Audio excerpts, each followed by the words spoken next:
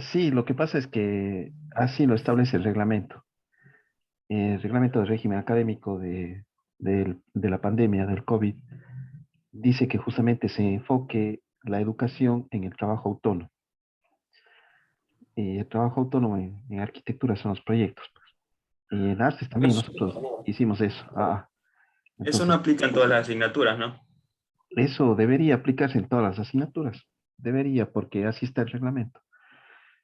Pero claro, hay asignaturas que no se pueden hacer prácticas, ¿no? Teorías. Bueno, nosotros sí manejamos bastante práctico.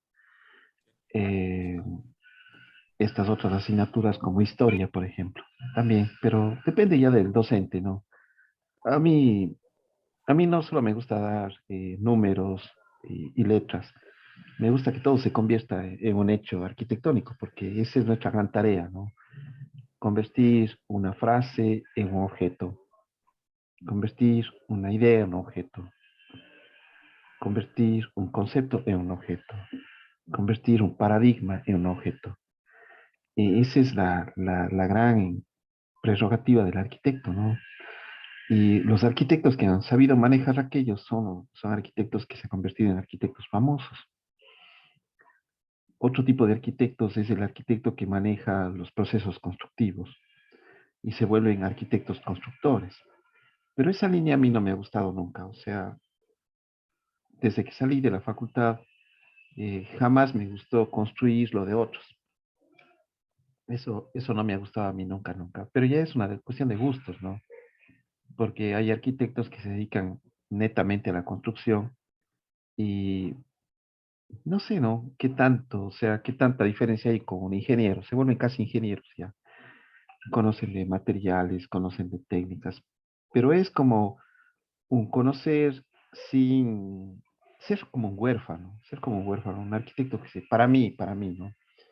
Un arquitecto que solo se dedica a la construcción se convierte en un huérfano, porque no es arquitecto y no es ingeniero, porque ustedes saben bien que el ingeniero está capacitado para la construcción, sabe calcular los materiales, sabe calcular las cuantías de hierro, conoce los materiales, sabe cómo probar los materiales, pero un arquitecto no, un arquitecto sabe someramente eso.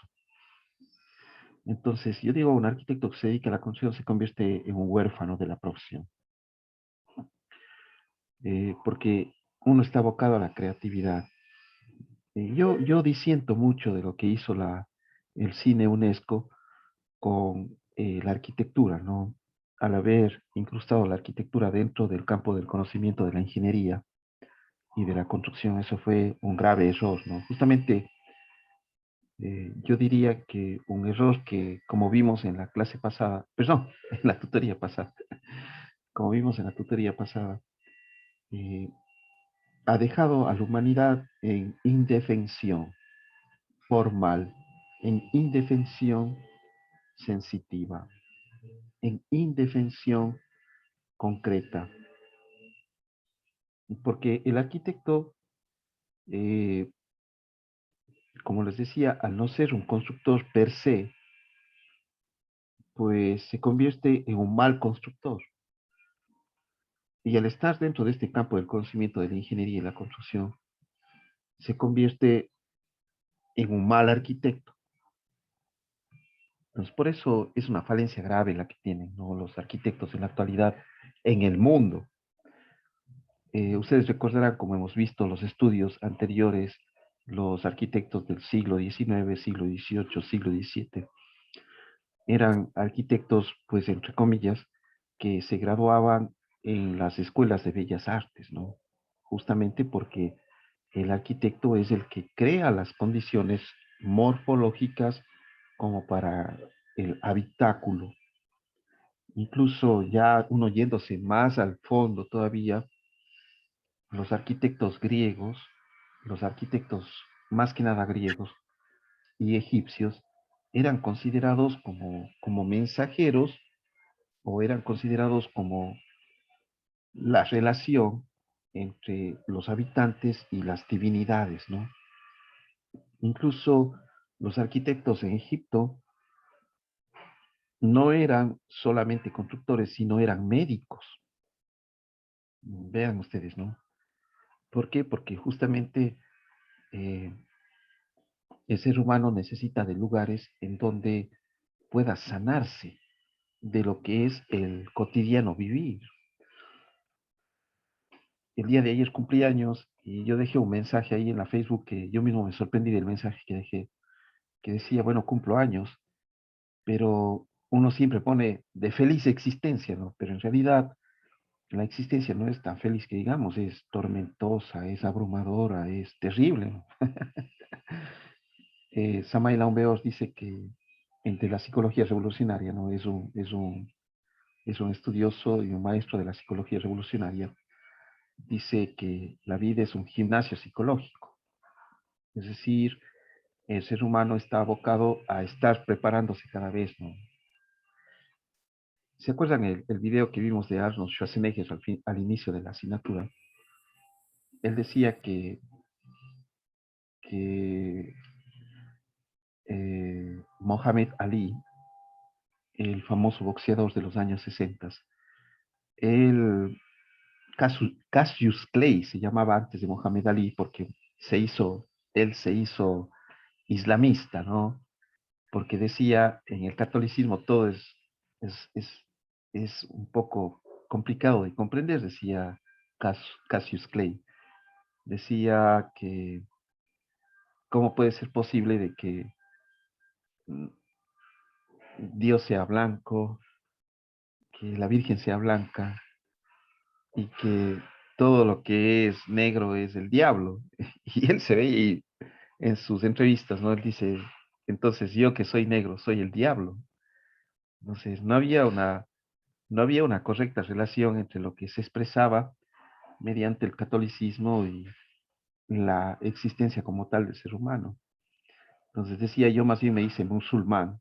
En el musulmanismo no existe, como ustedes saben y han estudiado la historia de la arquitectura, las iglesias islámicas no tienen ningún tipo de mimetismo antropomórfico ni zoomórfico, ni tampoco agromórfico, ¿no? ¿Por qué? Porque eh, el Islam entiende que Dios no se encuentra en aquellas representaciones, sino se encuentra omnipresente en todo. Y por eso los geómetras árabes pues plasmaron en sus iglesias los más bien grafismos, ¿no? Y textos que hablan del Corán. Y se pasó a eso, Cassius Clay. Y Arnold Schwarzenegger nos recordaba y nos decía que le preguntaba cuántas flexiones hacía para lograr el estatus corpóreo que él tenía de campeón mundial. Y él decía que empezaba a contar las flexiones abdominales cuando le dolía. Ahí es cuando empezaba a, a contar las flexiones, ¿no es cierto? Entonces, imaginemos un gimnasio. En un gimnasio pasa eso, es decir, la persona que está preparando su cuerpo no es que se la pasa lindo, ¿no? Está de fiesta, ¿no? En este gimnasio la persona entra en un proceso doloroso de conformación de esa estructura ósea, musculosa, que se muestra como el hombre fuerte, ¿no? O como la mujer fuerte. Y eso, Samael Aumbeor dice, asimilemos a la vida, es decir, el gimnasio psicológico. Entonces, la vida es dolorosa, completamente agria. Los seres humanos somos los que le ponemos el gusto, ¿no? El gusto. Un masoquismo también puede ser también, ¿no? Puede ser, estimado Ignacio. Entonces, pero eso que pasa ahí en ese gimnasio de conformación de una nueva estructura, también nosotros la podemos asimilar a la vida, en el sentido de que la vida es así, ¿no? Te está transformando todo el tiempo. Todo el tiempo tú tienes que estar abocado a reflexionar por qué está sucediendo lo que sucede. Muchas personas no hacen eso, ¿no? Viven la vida accidentalmente, es decir, amanece el día, anochece la noche y en el transcurso de ambas siguen siendo lo mismo y no saben por qué ha sucedido lo que está sucediendo. Pero otras personas no. Otras personas reflexionan sobre el acontecer y tratan de mejorar, ¿no? Tratan de mejorar. ¿Para qué? Para sostener un matrimonio, para sostener un trabajo, para sostener un estatus, para sostener tantas cosas que el sostener mismo se convierte en otro dolor sustantivo que conforma este gran gimnasio, ¿no? Es decir, no hay como escaparse de aquello. Los únicos que se escapan, dice este autor, Samael Aumbeor, los únicos que se escapan son aquellos que viven en el cementerio, ¿no? Dice, esas personas se han escapado del gimnasio psicológico. El resto seguimos en el gimnasio y tenemos que estar en el gimnasio y por ende formándonos. Entonces, en Egipto veían así la cosa, ¿no? Es decir, el ser humano está en este proceso doloroso de transformación, de asimilación de la vida. Tiene que tener un lugar en donde recargarse. Y explican los estudiosos esotéricos, alquimistas, que las personas cuando dormimos, estamos en un estado de muerte chiquita, es decir, estamos en un estado de muerte. ¿Por qué? Porque el ser humano, como ustedes saben bien, es una tríada, como dicen los católicos, o el cristianismo es una tríada de cuerpo, alma y espíritu. Los indostanes dicen que es una, pues es esa tríada, pero esos cuerpos, esa alma y ese espíritu son cuerpos internos.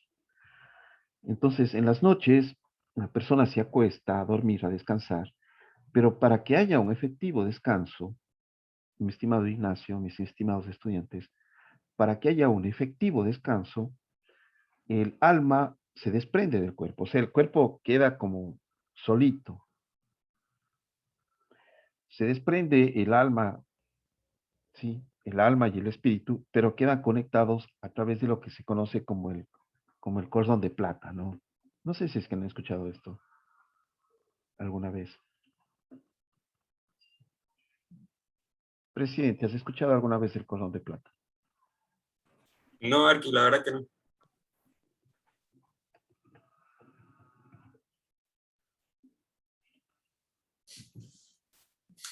Veamos esto.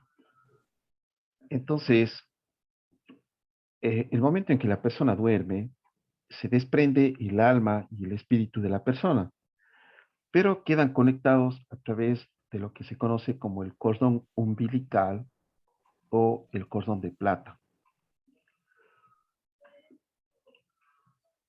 Claro que aquí no está bien representado, veamos el cordón umbilical exactamente.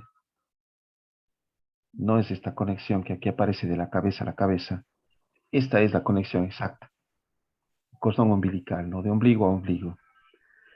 Entonces, quedan conectados el alma y el espíritu, ¿no?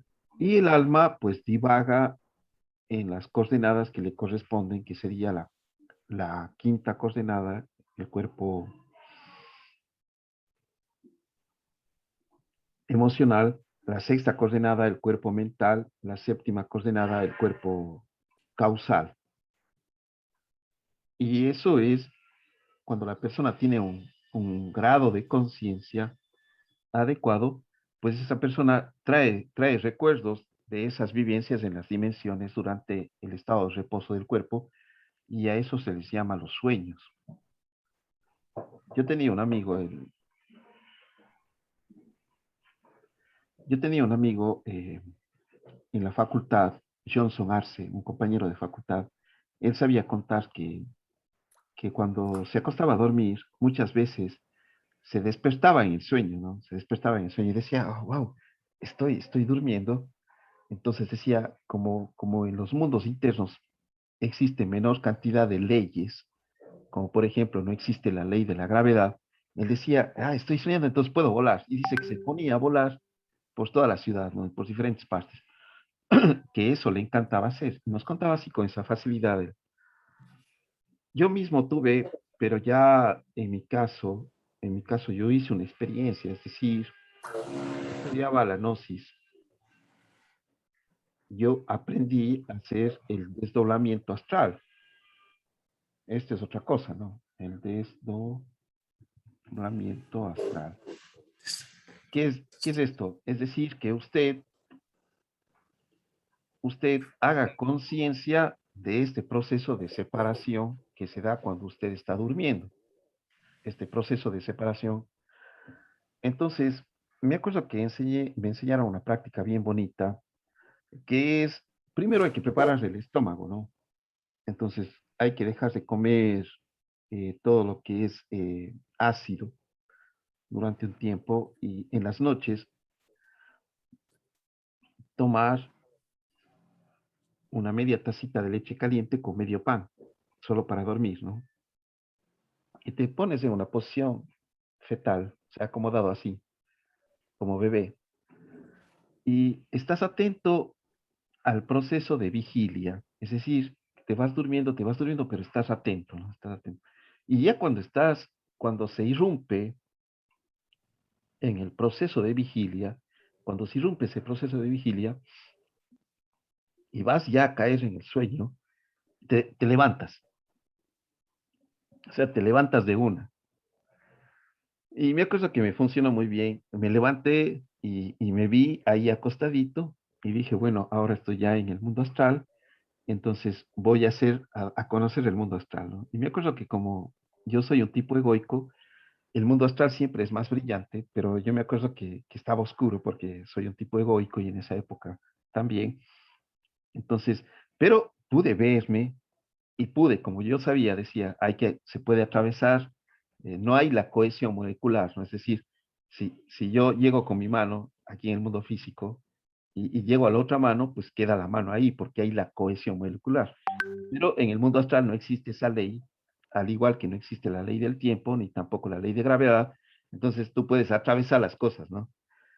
Y me acuerdo que atravesé la puerta de mi habitación, clarito, y me acuerdo que me fui fijando en las partes internas de la puerta. Puede parecer una locura esto que les estoy hablando, ¿no? Pero para mí fue muy real, muy claro, por eso les cuento con toda naturalidad. Y salí de la casa, me acuerdo, salí de la casa y yo quería volar y no podía. Quería volar y no podía. ¿Por qué no volaba? Porque mis pensamientos eran groseros y pesados. Pero Johnson me contaba que él sí podía volar. Él podía volar y él no sabía de gnosis, él le salía eso natural, le salía natural. Y bueno, y tuve unas experiencias más interesantes también, ¿no? Comprendiendo ya esto. Entonces, la naturaleza nos ha hecho de esta manera, es decir, imaginemos que todo el día estuviéramos con este aparatito, ¿no? Todo el día en el aparatito. ¿Qué pasaría con el aparatito si me la paso todo el día? Pues se acaba la batería, ¿no? Se acaba la batería y ya, si usted no le carga, ahí quedó. Digamos que no hubiera cómo cargarle, ¿no? Ya se murió, chuya vida, se acabó.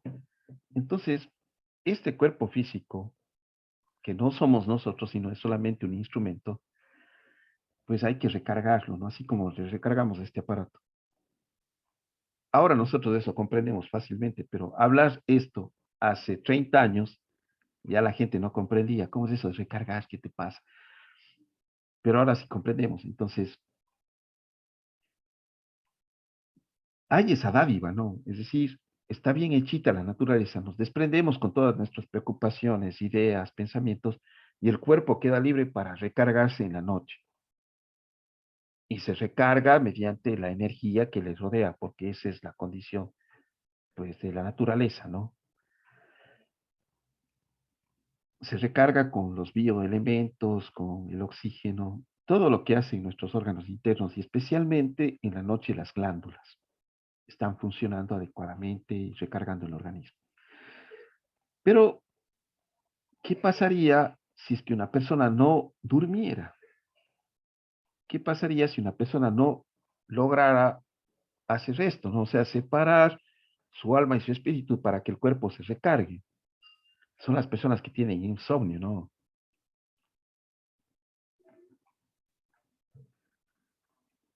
¿Qué tiempo puede vivir una persona sin dormir? Pues a Si los no, pocos días, sí, Ignacio. o sea, si no mal recuerdo, creo que a los 11, pero estar vivo. Pero eso de los 2 o 3 días ya comienzan a alucinaciones, como que te sientes feliz, tipo un estado de ebriedad, así había escuchado antes. Con tal de que no, Correcto, no es saludable, no es saludable. correcto, correcto. No sé si alguien ha sufrido alguna vez de insomnio. Yo, Yo aquí. Vos, Fabiana, no te creo, qué cosa más tormentosa. Sí, Cuéntanos tu a veces hago experiencia. deberes hasta tarde y luego ya no puedo dormir. Tengo que estar aquí hasta cansarme, si no, no puedo dormir. Correcto, correcto. Yo me acuerdo, Fabiana, que estando en el colegio, me cogió una época en la que no podía dormir. O sea, había tanto barullo en mi cabeza que me acostaba, me daba las vueltas, pensaba en una cosa, pensaba en otra cosa, me acaloraba y no podía dormir, y no dormía, y no dormía, y no dormía. Fue una cosa terrible. Y como dice el presidente, uno empieza a alucinarse, ¿no? Empieza a alucinar y la persona puede morir. ¿Por qué? Porque el cuerpo no tiene chance de recargarse, ¿no? Habría que estudiar el proceso exactamente. Pero es una cosa, y Fabiana, pues no nos deja mentir, que es una cosa horrible, horrorosa, ¿no? No puedes dormir, no puedes descansar. Entonces, imaginemos, pues, a sabiendas de esto, ¿qué pasaría si nosotros le damos a una persona las condiciones físicas como para que suceda eso? O sea, que no pueda dormir, que no pueda recuperarse. Y eso es lo que hace el mundo físico, ¿no? Eso es lo que hace la arquitectura de hoy. O sea, no sé si ustedes pueden llegar a su casa y entrar en un proceso de serenidad, de tranquilidad, que dicen, yo cuando llego a mi casa como que todo me tranquiliza, me acuesto y me quedo dormido. Y me acuerdo haberle visto, me acuerdo, yo estaba en un parque, ¿no? Yo estaba en un parque y había una señora que vendía frutas en ese parque.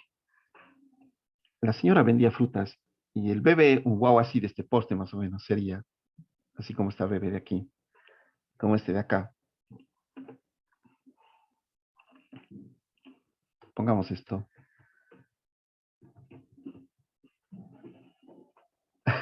Veamos esto de aquí ya. Esto. O esto de acá. Me acuerdo que esto de aquí. Qué gozo. Yo me acuerdo que estaba junto a esa señora y le veo, pues no, le veo que la señora estaba con un niño así chiquito. Y el bebé, oye, estaba dormido, pero dormido profundamente mientras la señora vendía sus frutas. Y estaba dormido sobre una piedra, Ignacio, sobre una piedra grande. Se había quedado dormido así, ¡pah! Colgado así como está este bebé de aquí. Pero profundamente yo decía, Dios santo, qué maravilla cómo duerme ese guagua, ¿no? En una piedra.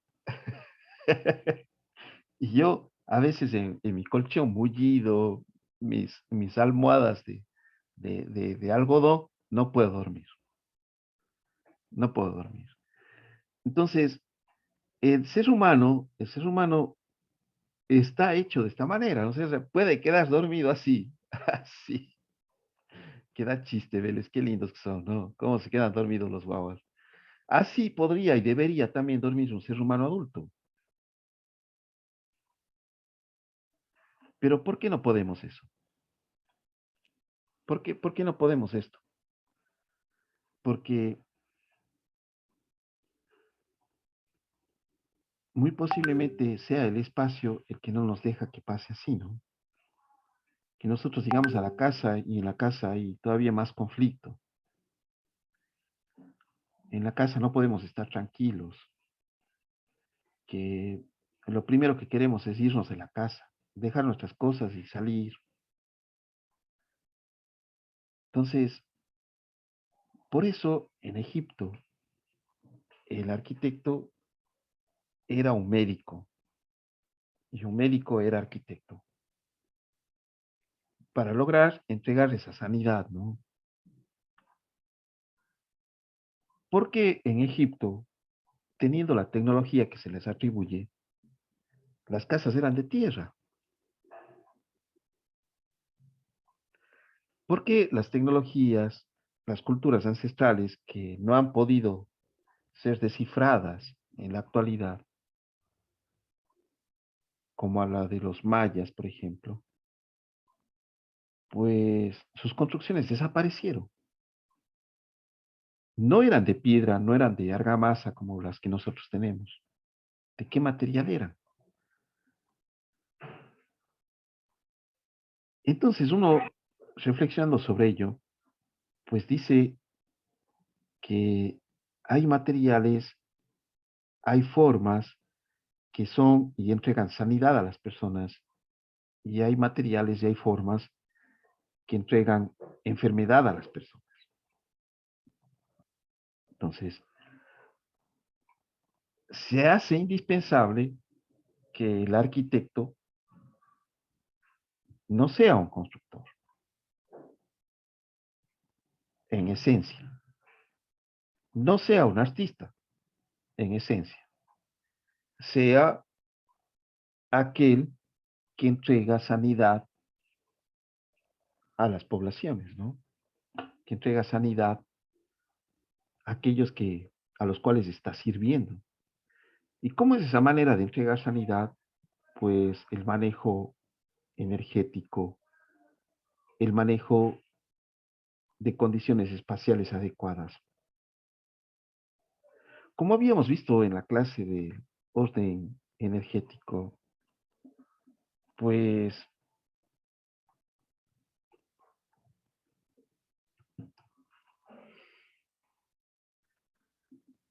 la arquitectura también ha sido el reflejo de esa búsqueda incesante de encontrar la mejor energía, de la mejor morfología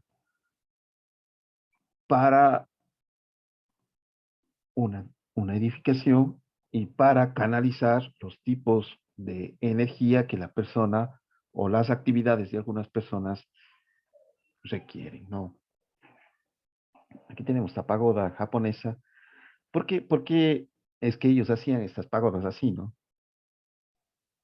Pues dentro de la cultura japonesa se decía que desde el cielo no solamente caen ángeles, sino también demonios. Y que para evitar que los demonios caigan en las casas, pues la cubierta debía hacerles que ellos regresaran del lugar del que venían, ¿no?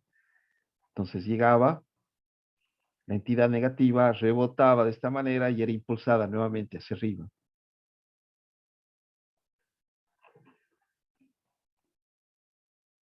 Hablas de esto, pues hablas de energías dañinas, ¿no? ¿Cuáles son energías dañinas que nos están, pues, a nosotros haciendo daño, ¿no? En energías dañinas físicas nomás, pues la energía eléctrica, ¿no? Esta de aquí. Ustedes saben que la energía que está conducida por estos cables se pierde, ¿no? Si, por ejemplo, acá está la central eléctrica, puede ser hidroeléctrica, termoeléctrica, geotérmica, etcétera. La energía eléctrica que sale de acá, cuando llega para acá, ha perdido muchísimo de su flujo energético. ¿Saben cuánto se pierde de flujo energético por el cableado entre una central hidroeléctrica, por ejemplo, aquí en Ecuador, y la llegada a la ciudad, es decir, la energía que llega acá a la casa? La energía que llega a sus casas es el 10% o menos de la energía que salió de la central hidroeléctrica, termoeléctrica, geotérmica, etcétera. Toda esa energía se pierde en los cables. Y al saber esto, esa energía que se pierde, pues afecta desde el eje de esta torre, de aquí para acá, 300 metros y como mínimo 100 metros. Entonces, ¿qué hacen países como, por ejemplo, Alemania, que tienen una normativa espectacular al respecto? No se puede construir sino a por lo menos 100 metros de estas torres. Por lo menos. Lo ideal, 300 metros. Y por normativa, ¿no? ¿Por qué? Porque se dieron cuenta de que esa energía eléctrica que se desprende del cableado influye en las mujeres que están en gravidez y genera deformaciones en sus fetos, haciendo que los niños nazcan, por ejemplo, con síndrome de Down, con ciertos tipos otros de retardo mental. Entonces, vemos que estas energías en lo físico son dañinas, ¿no? Son dañinas, pero aún así nosotros no respetamos esa condición en lo físico. Ahora, ¿qué será, pues, en otros tipos de energías que están latentes en el globo terráqueo, como ya lo hemos visto, ¿no? ¿Qué vamos a hacer con esas energías? ¿Qué es lo que tenemos que hacer con esas energías y comprender que son dañinas y comprender que son beneficiosas algunas, ¿no?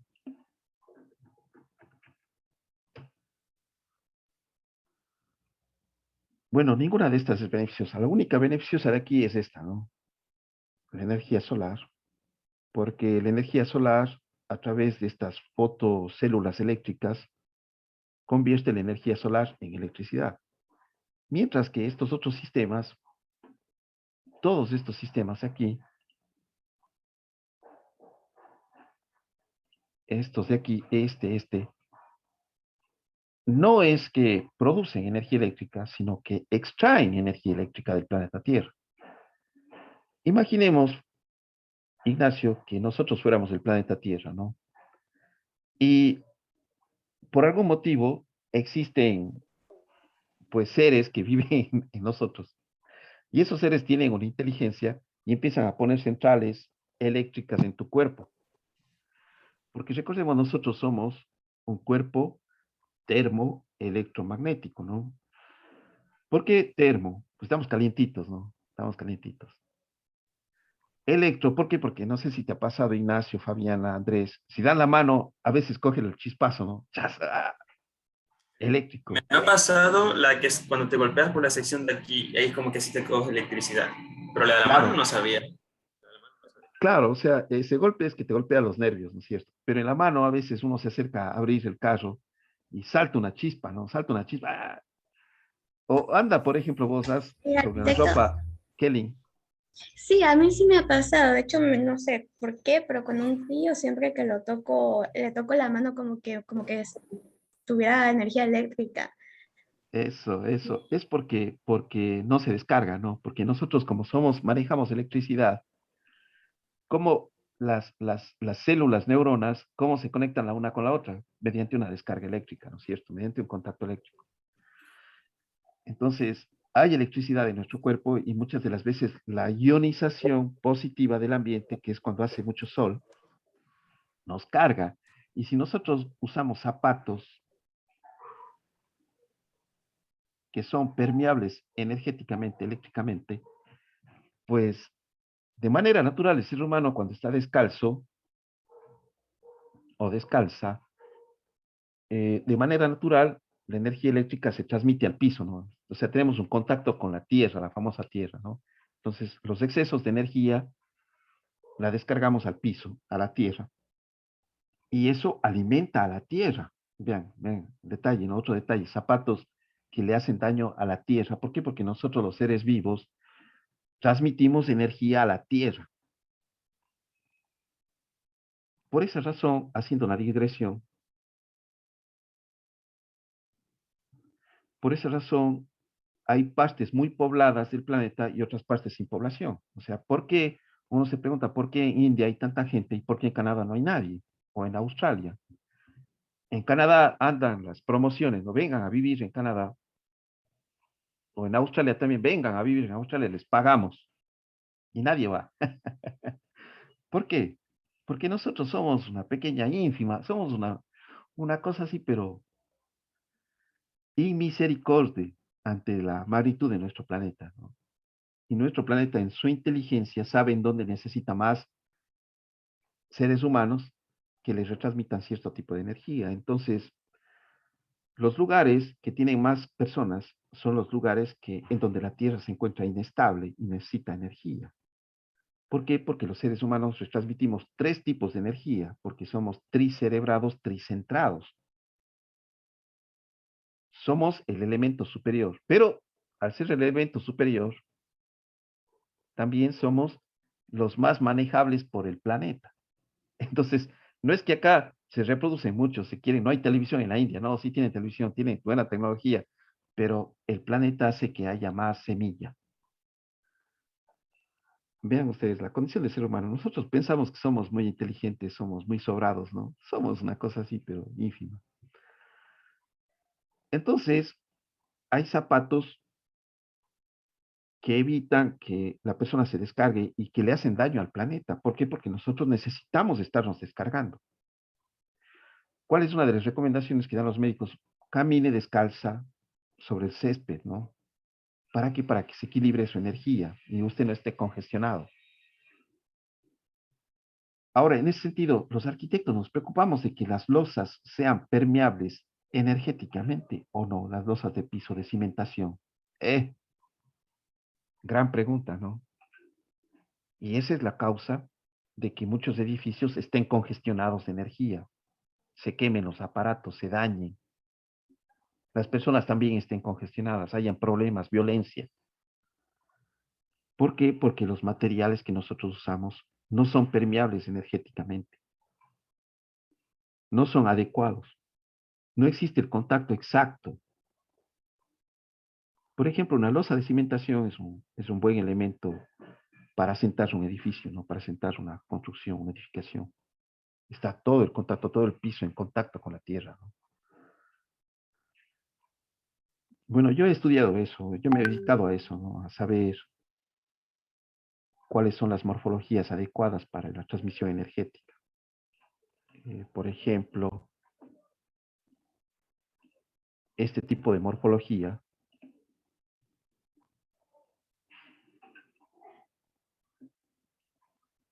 que hace a las personas, les hace sumisas.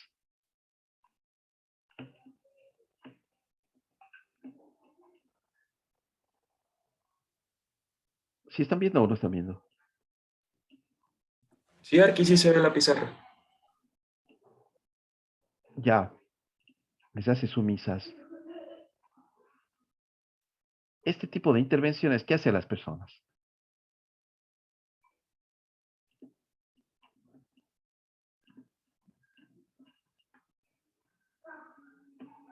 Les hace torpes.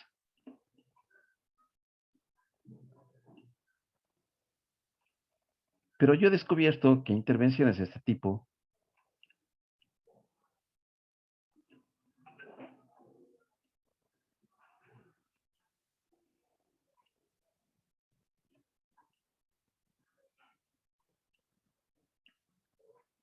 estas generan conciencia en la persona.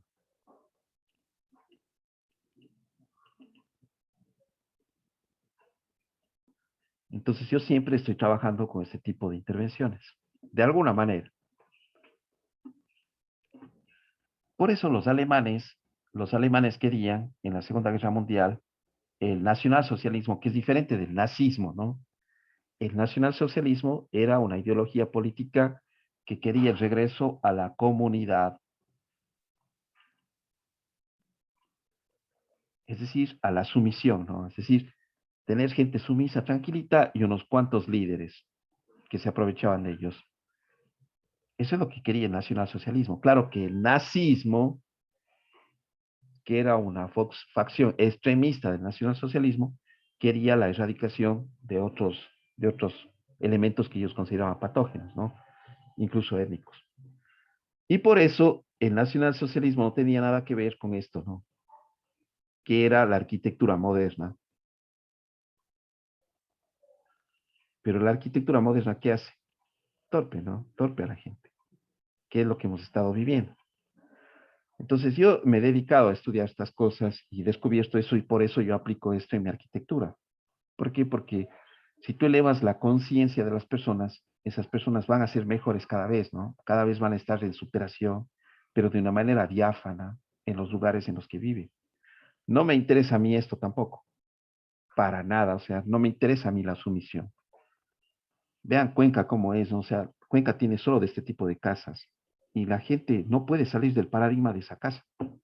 Están completamente sumisos ante una idea está tan sumisa la ciudad a esa idea, son gente tan sumisa que ya ahorita ha dejado de ser la tercera ciudad importante del país, ¿no? Económicamente hablando, ya Manta es la tercera ciudad económicamente hablando del país. Y creo que está en competencia con alguna otra ciudad del oriente ecuatoriano. Vean, sí. Entonces, la arquitectura influye completamente, ¿no? Influye completamente en estos procesos. No es solamente un arbitrio, no es solamente un arbitrio de las formas, no es solamente un arbitrio de las formas, ¿no? Sino tiene que ver con el desarrollo del ser humano. Y bueno, ahorita yo les estoy enterando, ¿no? Pero hay miles de personas más inteligentes y más conocedoras que Lerigo Jorge que saben de esto. Y hay personas que saben mucho más que ellas y que son las que manejan los hilos de la humanidad, ¿no? Y buscan justamente esa destrucción del ser humano por la propia, por la propia satisfacción egoica del poder o de la ambición. Entonces, nosotros como arquitectos o podemos seguir siendo cómplices o podemos hacer de la vida de los seres que habitan nuestra arquitectura gente sana, gente sabia, gente inteligente. Pero eso no lo vamos a lograr pues solo dedicándonos al estudio de la construcción, como habíamos dicho, en el campo de la ingeniería. Tenemos que ampliar nuestro espectro del conocimiento. Dice Kelly, a ver, dice, la verdad, profe, que solo duermo así cuando estoy en estado etílico. Y te pegan las borracheras, vos, Ignacio. Ay, mundo machista, porque hemos sido los hombres víctimas del mundo machista. Y nuestro mundo machista es tremendo, o sea, las mujeres no saben lo que es ser varón en ese aspecto, ¿no? De que a vos te digan de niño, no puedes llorar, porque eso no es de hombres. Te sacan el aire. Uno está viendo un sufrimiento de la familia, esto, no puedo llorar porque tengo que ser hombre, y te tragas todito el sufrimiento.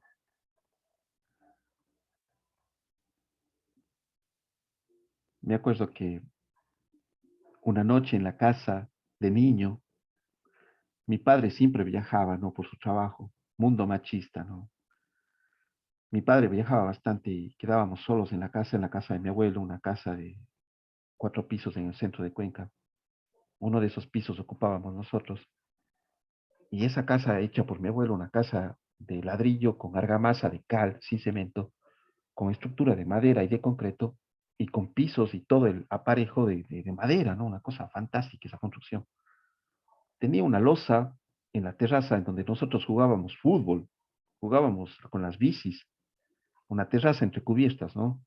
De los techos inclinados de teja, hecha de baldosa, de ladrillo de obra, una losa hecha de ladrillo de obra con tierra, una capa de ladrillo, tierra, otra capa de ladrillo, y nunca había, Ignacio, una gotera en esa casa. Y en Cuenca lleve todo el tiempo, ¿no? Una gotera, una losa fantástica de ladrillo y tierra. Bueno, esa es la habilidad de esta gente, ¿no? Nosotros somos inexpertos, en realidad.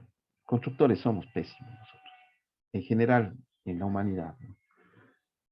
Bueno, entonces, en esa casa y en Cuenca de ese entonces, los años 70, tenía Cuenca solo una central hidroeléctrica para abastecer la energía eléctrica, que era la central de Yanuncay, una central chiquita. Y en agosto, por ejemplo, estas épocas ya no había agua porque hay la sequía en Cuenca, ¿no? Por la temporada. Y se apagaba, o sea, era normal que de pronto, ¡pum!, se fuera la luz y uno quedaba en oscuras. Rapidito las velas, ¿no? Las velas.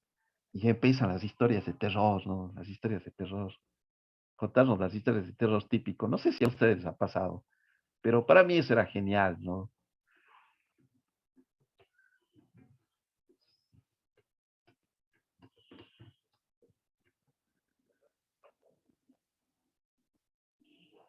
Las historias de terror, ¿no? Pues reunidos todos los hermanos con las velas ahí contando cosas de miedo. Todos así, asustados. Era genial, o sea, cuando se iba la luz era genial. Ahora no se va la luz nunca, ¿no? Por todo lo que se ha hecho. Entonces, todo el tiempo estamos conectados a esto, ¿no? Se ha perdido toda esta situación. Fabiana dice, da miedo que no haya luz y uno empieza a escuchar cosas así. Y te cuento, Fabiana, que de pronto, estando bonito, en medio de la narrativa del cuco, de la llorona, de la lutona, de todos los cucos que hay, escuchamos, Fabiana, que sonó algo en la terraza. Típico, ¿no? Que a uno también le embeben esa idea de que nos van a robar los ladrones. Sonó algo y todos nos quedamos asustados así.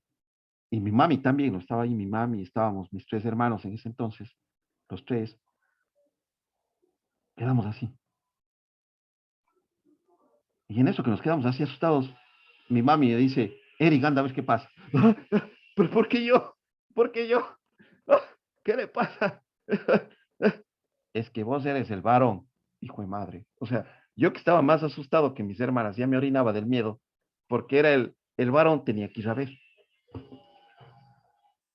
Y me fui así, ay, muriéndome, a ver. El varón, ¿no? El varón. E imaginen eso en el aspecto sexual, en el aspecto de la diversión. Y a uno, primerito, chiquito, desde chiquito ya le enseñan a emborracharse. Es una cosa tremenda eso del machismo, es una cosa tremenda vivir el machismo como varón, ¿no? Que te tienes que pelear. Te enseñan a pelear, te enseñan a darte de trompones. Y si es que no te das de trompones, eres un cobarde, eres una ma, disculpará. Sí, eso es lo que le enseñan a uno como varón, el famoso machismo, ¿no? Es tremendo lo que uno tiene que vivir como varón, así como las mujeres viven como mujeres, el machismo, a uno también impone, y cosas peores, les comento, cosas peores que uno tiene que sobrellevar por ser varón. Y uno las tapa, ¿por qué? Porque eres varón. Y después los conflictos que uno acarrea, tremendos. Pero esas estructuras de la sociedad también están sostenidas por la arquitectura, ¿no? Por esa arquitectura de la que yo les estaba hablando. Esta arquitectura de la sumisión, esta arquitectura de aquí. Y esta otra arquitectura, ¿cómo nos muestra? Entonces, ¿cómo se muestra? La torpeza, ¿no? La torpeza está en el determinismo, en la ignorancia, en la violencia también. ¿Cómo crían ahora los padres a los hijos? Tendrá que ver algo esto en cómo se cría a los hijos. Pues sí, sí tiene que ver. Tiene que ver eso que usted está diseñando en cómo se crían las personas. ¿Qué pasa si usted cría algo así, no? Usted diseña algo así.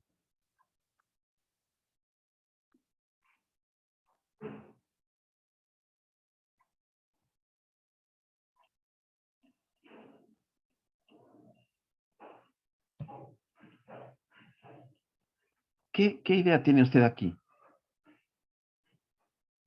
¿Será esto algo vivible?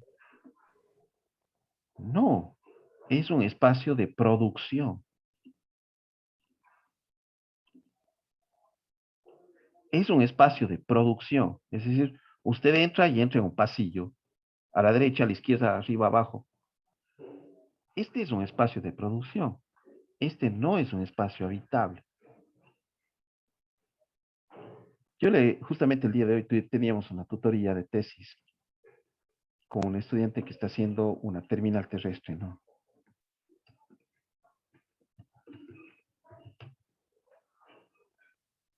Y la terminal terrestre de Cuenca es esta de aquí.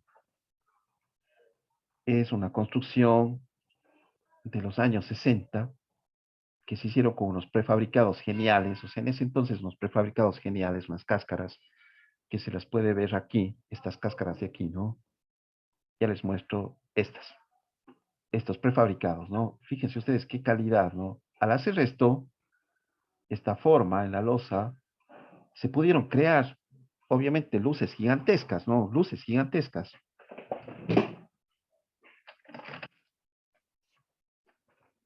Porque hablando de estructuras, si usted tiene una losa así, ¿qué es lo que le pasa a esto?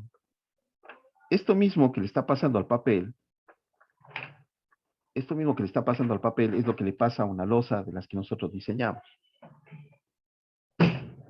Claro que aquí yo con mi mano le hago esto, ¿no? Pero imagínense un movimiento telúrico o el viento con una losa, le hace como si fuera una mano y un papel, ¿no? A la losa. Pero ¿qué pasa si yo le doblo a la hoja, ¿no? Si yo le hago acordeón a la hoja.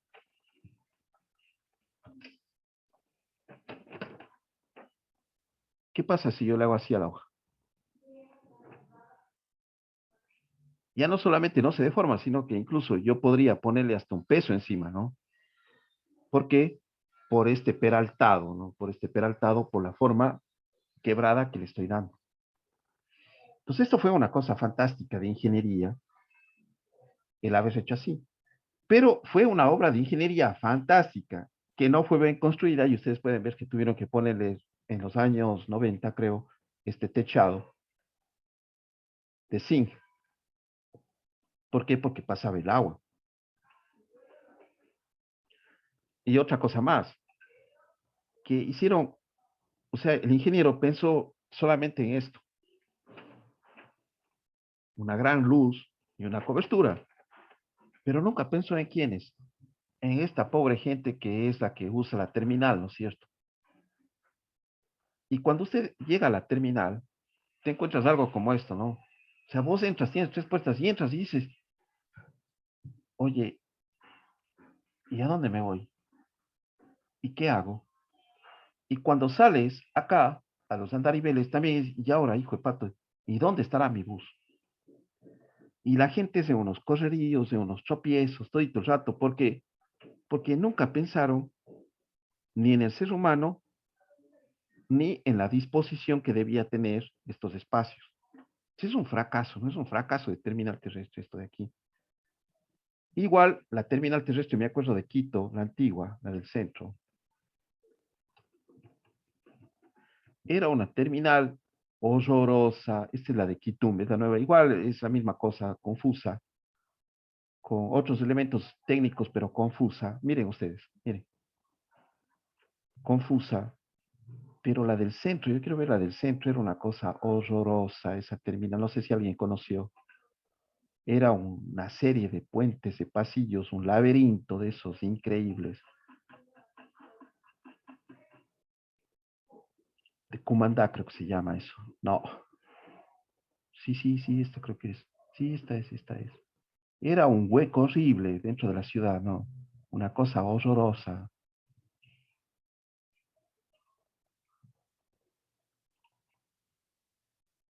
Miren, miren esto. Una cosa horrorosa, ¿no?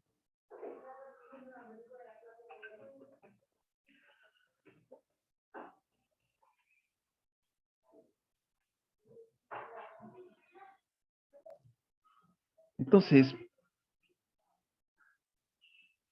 eso es pensar como la arquitectura como producción. Es decir, usted circule, circule, circule, y si por ahí te enredas, te enredaste. Circule, circule. Pero el ser humano no es una máquina, ¿no? Los robots sí, son una máquina. Veamos.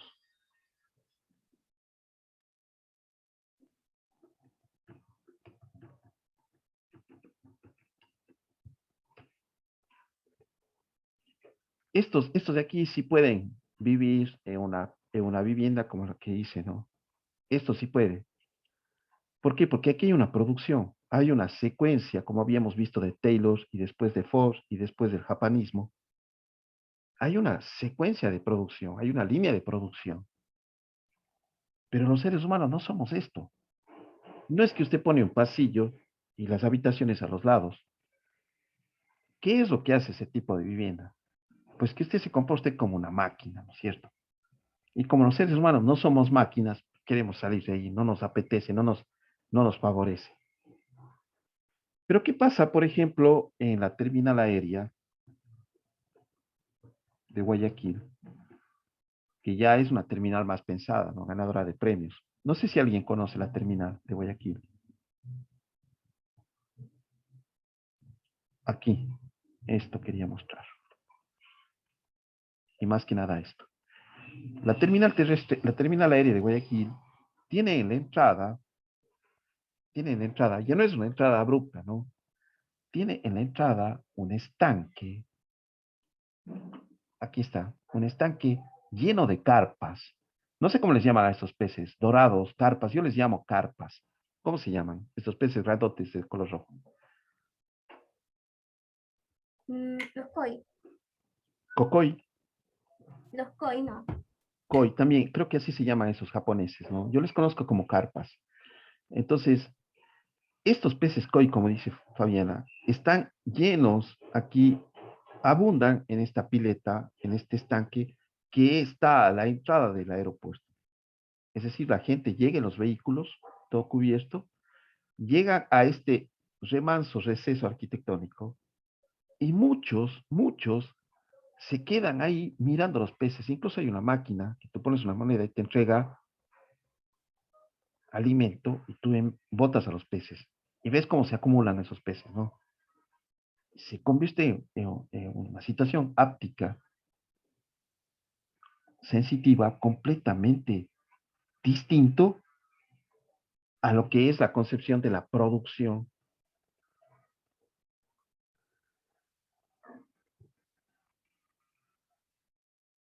Estamos pensando ya como arquitectos, ¿no? No como arquitectos constructores, ni como arquitectos artistas, como arquitectos generadores de arquitectura, generadores de sanidad para las personas, porque las personas cuando van a hacer esta actividad de mucho ajetreo, de mucha violencia, de mucho estrés, encontrar con estos espacios amigables, le devuelven a su estado normal, sanan el viaje.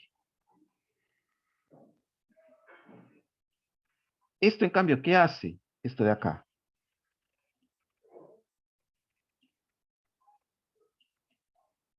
Esto de aquí te amarga el viaje. Esto de aquí te amarga. Yo me acuerdo lo que era llegar a la terminal aérea de Guayaquil varias veces, desde el extranjero, por ejemplo. Era un nido de ladrones. Te robaban, pero estando parado te robaban. Y lo mismo pasaba en Quito. Entonces, nosotros como arquitectos no podemos seguir en esa tónica, ¿no? De pensar que la obra es solo de producción, es solo de circulación. Tenemos que como comprender que la arquitectura es de los seres humanos. Y los seres humanos no necesitan solo pasillos y puertas. Necesitan de espacios para la vida. Y esos espacios para la vida tienen que tener también un manejo energético formal, adecuado, para no repetir los mismos procesos. No sé si tienen alguna pregunta.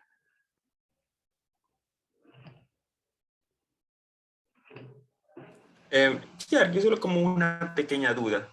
Eh, Claro, cuando, cuando nos mostró eso de la forma típica que nos hace torpe, ¿qué tiene esa forma que la hace típica? Porque más o menos que no toda la casa la hacen así, que la hace torpe para nosotros. O sea, ¿qué tiene?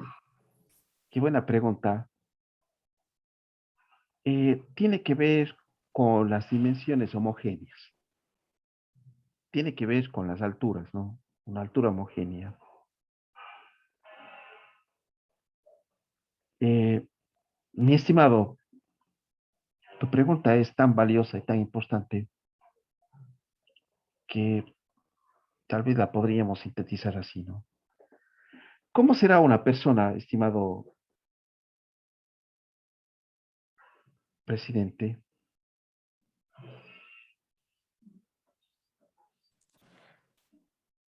que vive y que nace con este horizonte, ¿cómo será esa persona?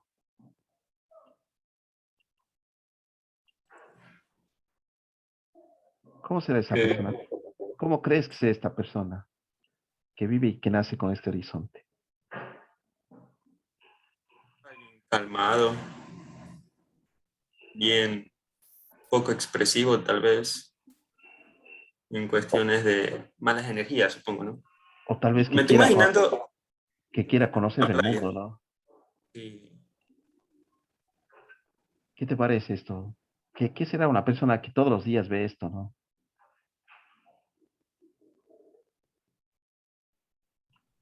eso me diría alguien sano, sí, porque tanto contacto con la naturaleza ayudaría demasiado en la personalidad de esa persona. Imagínate una persona que tiene que ver ese mundo amplio, grande. ¿Cómo será esa visión de esa persona? ¿Y cómo será una persona que tiene que ver esto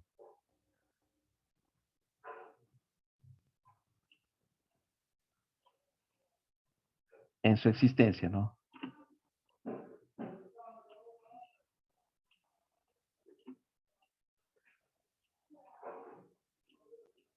¿Cómo será una persona que tiene que ver esto todos los días?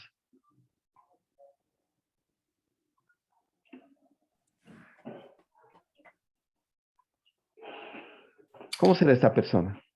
Diría que el pensamiento se limita hasta donde alcanza a ver, hasta la montaña, supongo. O sea, es como que hay un Eso. Hay algo que me dice, yo tengo que ser como este o más, nada más, ¿no? ¿Y cómo será una persona que tiene que ver esto en cambio?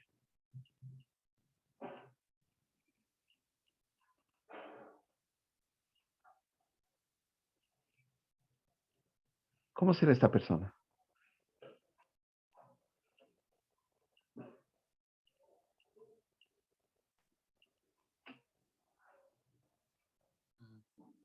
al menos de mi parte yo diría que tipo seguir el camino. Es que yo tengo como un capricho de subir y bajar así, como que Eso, perfecto. Es una persona que se acomodaría, ¿no? Adaptable, una persona que dice, hay algo más, hay momentos, hay líderes, pero hay muchos. Acá, este solo, como que tuviera un solo líder, ¿no? Un solo punto. Acá hay una apertura brutal, o sea, brutalísima. Si nosotros asimilamos esto del espacio, ¿no? Del espacio natural, y decimos eso nos influye, tiene necesariamente que estarnos influyendo.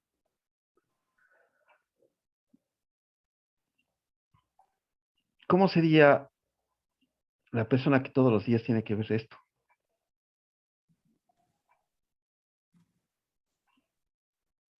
Se despierta y ve esto.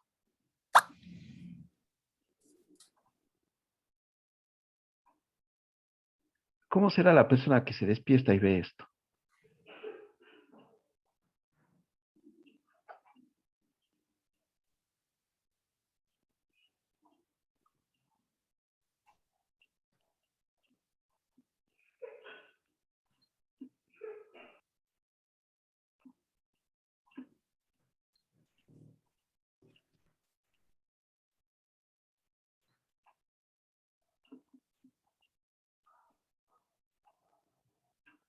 ¿Cómo será esta persona?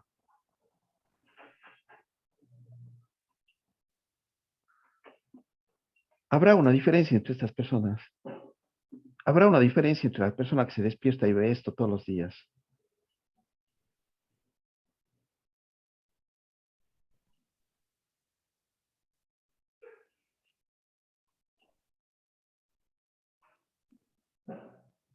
¿Habrá una diferencia? sí, sí. ¿No es cierto? No. Hay una diferencia. Hay una diferencia, ¿no? Hay una diferencia. ¿Y qué pasará? Como a mí me pasaba cuando era niño, ¿no? Que tú te despiertas y ves este mundo plano así.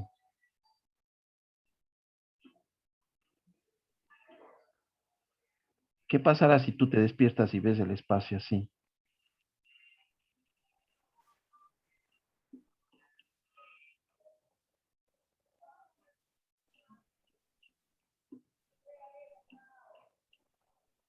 ¿Habrá una diferencia entre estos espacios? Sí. Siento que la de la derecha me vuelve más curioso, como que me incita a ver qué hay debajo. ¿No es cierto, no?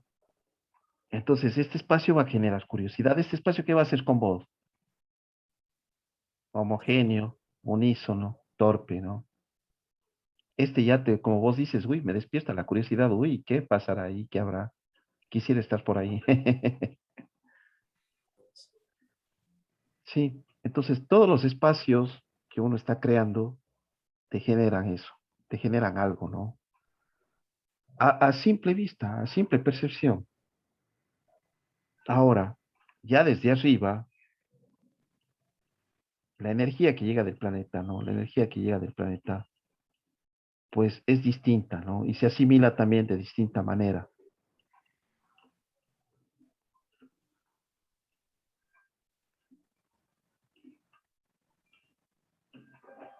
Esto provoca distorsiones, pero que no son distorsiones dañinas, que es lo que yo he descubierto. Te hacen reflexionar, ¿qué está pasando? O sea, te invocan una reflexión. Eso que yo he descubierto, ¿no? Pero he investigado una cosa así de este poste, una cosa ínfima, ínfima, atómica de lo que es el conocimiento del estudio de estas formas, ¿no? Aquí les entrego, ojalá a alguien le guste y me busca cuando quiera hacer, me busca, le pido que me busque para hacer una investigación de este tipo, ¿no? De este tipo en una tesis. Solo para investigar e indagar los espacios. Solo desde la percepción. Y ir descubriendo esto que nos habla aquí, que estuvimos conversando con Ignacio. Me busca si a alguien le interesa, ¿no? Una tesis de ese tipo. Esa tesis a esa persona le va a ser una persona